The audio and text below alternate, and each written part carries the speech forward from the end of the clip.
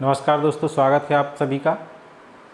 और आज ये सीटेट यानी कि ये शिक्षक पात्रता परीक्षा है, उसमें जो ये सेट्स की सीरीज़ लेके आया हूँ, उसका आज ये तीसरा सेट है दोस्तों। तो बिना कोई देरी किए हुए सॉल्व करते हैं अपन लोग ये क्वेश्चन। फर्स्ट क्वेश्चन है दोस्तों, गणित के अधिगम के प्रति शिक्षार्थी की संवेदनशीलता जागृत करने के लिए प्रभावी उपाय है। गणित के अधिगम के प्रति, गणित के अधिगम, अब यहाँ पे दोस्तों गणित के अधिगम से तात्पर्य है गणित को सीखना, ठीक है ना, के प्रति शिक्षार्थी की संवेदनशीलता जागृत। अब दोस्तों यहाँ पे संवेदनशीलता जागृत करनी है, तो इसके लिए प्रभावी उपाय क्या है?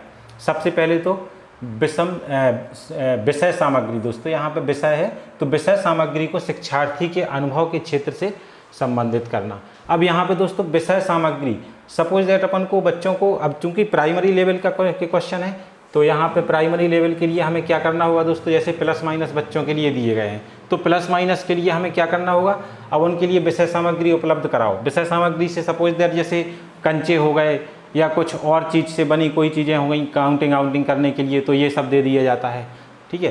तो ये दोस्तों इसका आंसर सही है। जो पढ़ाया जाना है उससे संबंधित प्राप्त पूर्व ज्ञान की जांच करना। दोस्तों एक शिक्षक में सबसे मेन चीज़ ये होना चाहिए कि शिक्षार्थी को जो पढ़ाया जाना है दोस्तों उससे संबंधित पूर्व ज्ञान की जांच कर लें, उनको कुछ उस विषय से संबंधित कुछ पूर्व ज्ञान है अथवा नहीं है। तो दोस्तों इसमें भी ये भी सही है। शिक्षार्थियों को अवधारणाओं के अनुप्रयोगों से अवगत कराना, दैनिक जीवन की स्थितियों से संबंधित अनुप्रयोगों को, दोस्तों ये तो स्पष्ट है, शिक्षार्थियों को अवधारणाओं के अनुप्रयोग, जो अवधारणाएं होती हैं उनके यूजेज, अनुप्रयोग कहाँ कैसे यूज करना है उससे अवगत कराना है, जिससे दैनिक जीवन की स्थितियों से संबंधित उनके यूजेज अनुप्रयोगों को अधिक प्राथमिकता दी जाए। दोस्तों अपन अगर जितने एग्जाम्पल देंगे, एग्जाम्पल देने के साथ साथ उनको अनुप्रयोगों से रिलेटेड अवगत कराएंगे कि इसका कहाँ किस तरह से यूज है दोस्तों इस चीज़ का, तो इस चीज़ की प्राथमिकता दी जाए, तो ये भी इसका सही है, यानी कि इसका आंसर दोस्तों उपरोक्त सभी। नेक्स्ट क्वेश्चन देखते हैं। भाग के एक प्रश्न में भाजक भागफल का 10 गुना है एवं शेषफल का 5 गुना। यदि शेषफल 46 है तो भाज्य होगा। दोस्तों यहाँ पे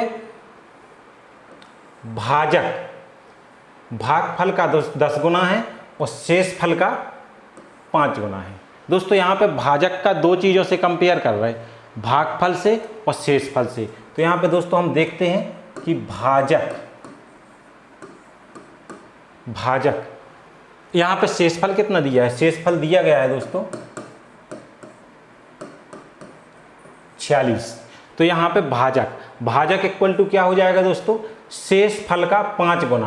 तो शेषफल 46 है जिसका 5 गुना, तो ये हो जाएगा दोस्तों 5 छक्का 30, 3 कैरी, 5 चौको 20 और 3 23, 230। दोस्तों यहाँ पे भाजक आ गया, शेषफल हमें पता है। अब एक और रिलेशन दे रहे, ये कह रहे भाजक भागफल का 10 गुना है। तो यहाँ पे दोस्तों भाजक इक्वल टू भागफल का 10 गुना है, भाजक भागफल का 10 गुना है। भाजक अभी अभी हमें मिला है 230, तो यहाँ 230 इक्वल टू भागफल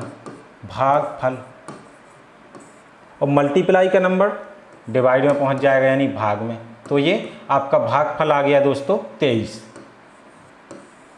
भागफल हमें क्या निकालना है दोस्तों, भाज्य। तो भाज्य का फॉर्मूला सभी लोग जानते होंगे, भाज्य इक्वल टू भाजक मल्टीप्लाई बाई भागफल प्लस शेषफल। तो यहाँ पे भाज्य इक्वल टू भाजक कितना आया दोस्तों 230 इंटू भागफल कितना है 23 प्लस शेष कितना है 46, 23 इंटू 23। दोस्तों 23 का स्क्वायर आई होप कि 529 होता है और ये 0 प्लस 46 तो यहाँ पे 6 का 6, 9 4 13, 1 कैरी, 2 1 3 5, 53 36। दोस्तों इसका डी आंसर हो जाएगा। नेक्स्ट क्वेश्चन देखते हैं। हाँ, रवि और अली की कुल आयु, अली तथा जॉन की कुल आयु से 10 वर्ष अधिक है।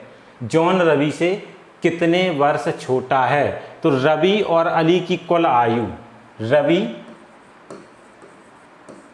Plus Ali equal to Ali तथा जॉन की कुल आयु से, अली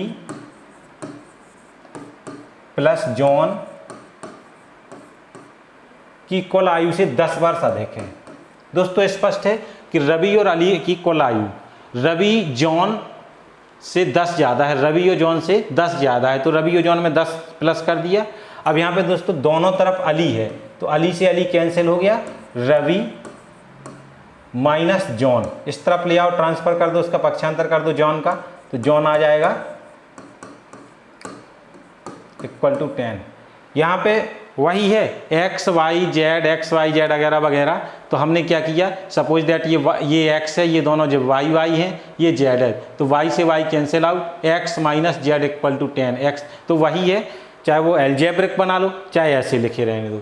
दोस्तों यहाँ पे स्पष्ट है कि रवि बड़ा है जॉन से, और वो भी कह रहे थे रवि कितने वर्ष, जॉन रवि से कितने वर्ष छोटा है,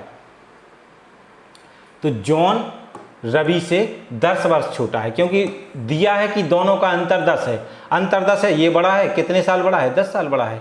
नेक्स्ट क्वेश्चन देखते हैं, इसमें दोस्तों 10 आंसर ए आ जाएगा। नेक्स्ट क्वेश्चन देखते हैं दोस्तों।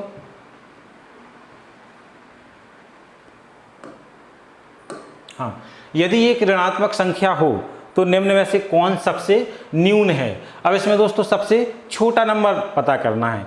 अब ऋणात्मक, सपोज दैट दोस्तों यहाँ पे ये एन है, तो एन इक्वल टू मान लो कि ये कोई इंटीजर माइनस ए है, कोई इंटीजर हमने माइनस ए रख दिया एन की जगह, क्योंकि वो ऋणात्मक है।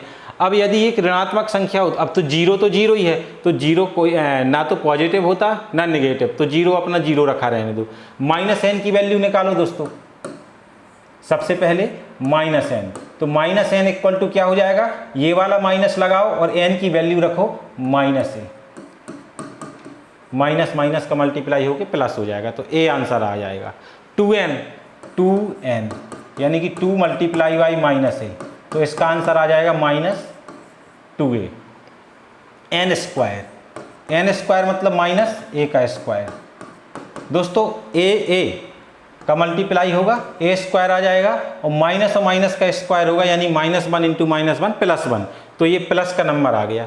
दोस्तों हमें मालूम है कि नंबर लाइन जो होती है, प्लस की सारी संख्याएं बड़ी होती हैं और माइनस की सारी संख्याएं छोटी होती हैं, किससे, जीरो से, और जीरो खुद पॉजिटिव नंबर से छोटा होता है और नेगेटिव नंबर से बड़ा होता है। तो यहाँ पे स्पष्ट है दोस्तों कि पॉजिटिव नंबर कौन सा आया, सबसे छोटी संख्या पूछ रहा है दोस्तों, ऋणात्मक है तो निम्न में से कौन सबसे न्यून है, तो सबसे छोटी संख्या तो -2a है, क्योंकि ए स्क्वायर प्लस आया, ए भी प्लस आया, और ये जीरो है, जो जीरो तो बड़ा है ही नेगेटिव नंबर से, तो इसका आंसर हो जाएगा दोस्तों 2n।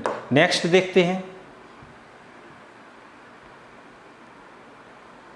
हाँ,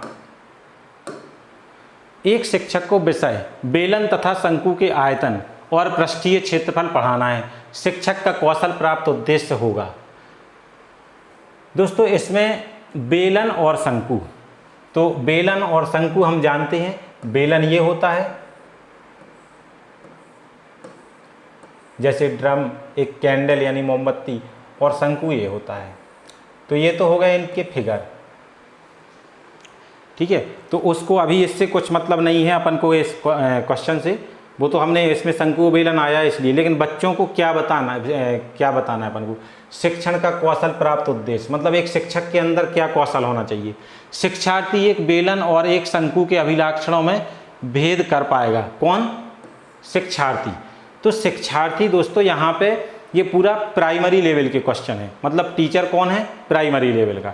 अब प्राइमरी लेवल का टीचर है दोस्तों, तो शिक्षार्थी एक बेलन और शंकु के अभिलक्षणों में, अब इनकी जो गुण होते हैं, इनके जो प्रॉपर्टीज होती हैं उनमें भेद कर पाएगा। दोस्तों प्राइमरी लेवल के बच्चों को तो इनके आकार पता हो बहुत है, इनके अभिलक्षणों के बारे में भी पता नहीं है, तो फिर उनमें भेद कर पाना तो और दूर की बात है। तो दोस्तों ये हमारा आंसर नहीं है। शिक्षार्थी एक बेलन और एक शंकु की आकृति बना पाएंगे, ये दोस्तों अभी फिलहाल हो सकता है, अभी और आगे के पढ़ेंगे तब उसमें क्लियर पता चलेगा। तो यहाँ पे हाँ, शिक्षार्थी बेलन तथा शंकु के आयतन एवं पृष्ठीय क्षेत्रफल परिकलित करने के सूत्र को प्रत्यास्मरण कर पाएगा। दोस्तों ये जो है मिडिल स्कूल के जो प्राइमरी के बाद मिडिल स्कूल के बच्चे भी होते हैं, उनको भी सूत्र नहीं निकालना सिखाए जाते। इसके बाद रहता है जो मिडिल का जो अपर लेवल रहता है 8th क्लास, वहाँ इसकी जानकारी दी जाती है थोड़ी बहुत। तो ये भी अपना रॉन्ग है, फर्स्ट रॉन्ग था, सी रॉन्ग है। शिक्षार्थी शंकु की ऊंचाई याद कर पाएगा। दोस्तों ऊंचाई याद करना आपके 8, 9, 10th लेवल, तो प्राइमरी लेवल पे दोस्तों ये आपके सारे आंसर रॉन्ग है, यानी शिक्षार्थी एक बेलन और एक शंकु की आकृति ही बना पाएगा। तो इसका राइट आंसर है बी। नेक्स्ट क्वेश्चन देखते हैं दोस्तों, निम्नलिखित में से उचित भिन्न है। दोस्तों उचित भिन्न,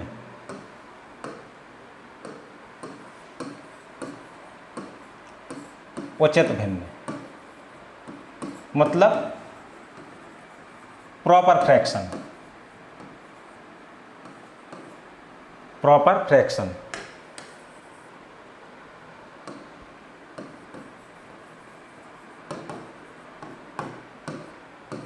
और अनुचित भिन्न,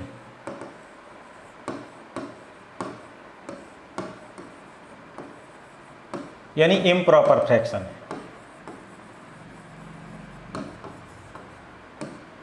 इम्प्रॉपर फ्रैक्शन दोस्तों उचित भिन्न, उचित भिन्न का अंश हमेशा छोटा होता है हर से, यानी कि numerator is less than denominator, numerator is less than denominator. और इसका जस्ट उल्टा होता है अनुचित भिन्न में, यानी इम्प्रॉपर में। इम्प्रॉपर फ्रैक्शन का अंश बड़ा होता है हर से। तो दोस्तों उचित भिन्न पूछा है, तो उचित भिन्न में यानी कि जिसका अंश छोटा हो हर से, तो अंश छोटा है हर से ए वाले में, बाकी सबका अंश बड़ा है। 5 बड़ा है 4 से, 3 बड़ा है 2 से, 9 बड़ा है 3 से, यानी कि इसका ए आंसर हो गया। नेक्स्ट क्वेश्चन देखते हैं दोस्तों।